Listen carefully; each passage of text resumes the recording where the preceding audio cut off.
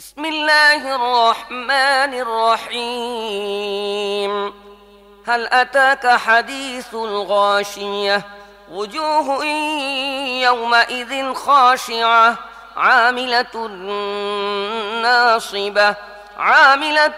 ناصبة تصلى نارا حامية تسقى من عين آنية ليس لهم طعام إلا من ضريع لا يسمن ولا يغني من جوع وجوه يومئذ ناعمة لسعيها راضية في جنة عالية لا تسمع فيها لاغية فيها عين جارية فيها سرر مرفوعة وأكواب موضوعة ونمارق مصفوفة وزرابي مبثوثة বিসমিল্লাহির রহমানির রহিম।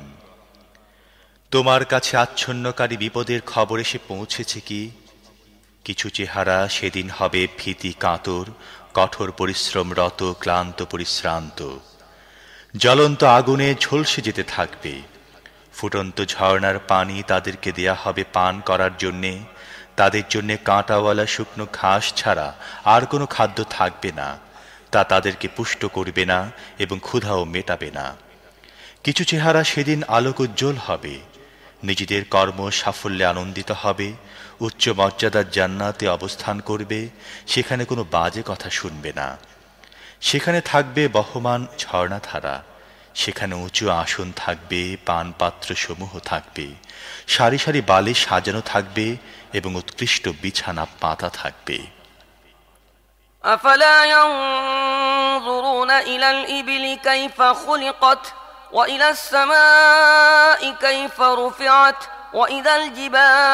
وإلى الجبال كيف نصبت وإلى الأرض كيف سطحت فذكر إنما أنت مذكر لست عليهم بمسيطر إلا من تولى وكفر فيعذبه الله العذاب الأكبر إن إلينا إيابهم ثم إن علينا حسابهم।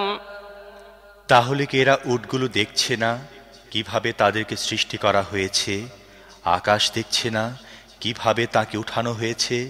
পাহাড়গুলো দেখছে না কিভাবে তাদেরকে শক্ত করে বসানো হয়েছে? আর জমিনকে দেখছে না কিভাবে তাকে বিছানো হয়েছে? বেশ, হে নবী, তাহলে তুমি উপদেশ দিয়ে যেতে থাকো। তুমি তো শুধুমাত্র একজন উপদেশক, এদের উপর বল প্রয়োগকারী নাও। তবে যে ব্যক্তি মুখ ফিরিয়ে নেবে এবং অস্বীকার করবে, আল্লাহ তাকে মহাশাস্তি দান করবেন। অবশ্যই এদের আমার কাছে ফিরে আসতে হবে, তারপর এদের হিসেব নেওয়া হবে আমারই দায়িত্ব।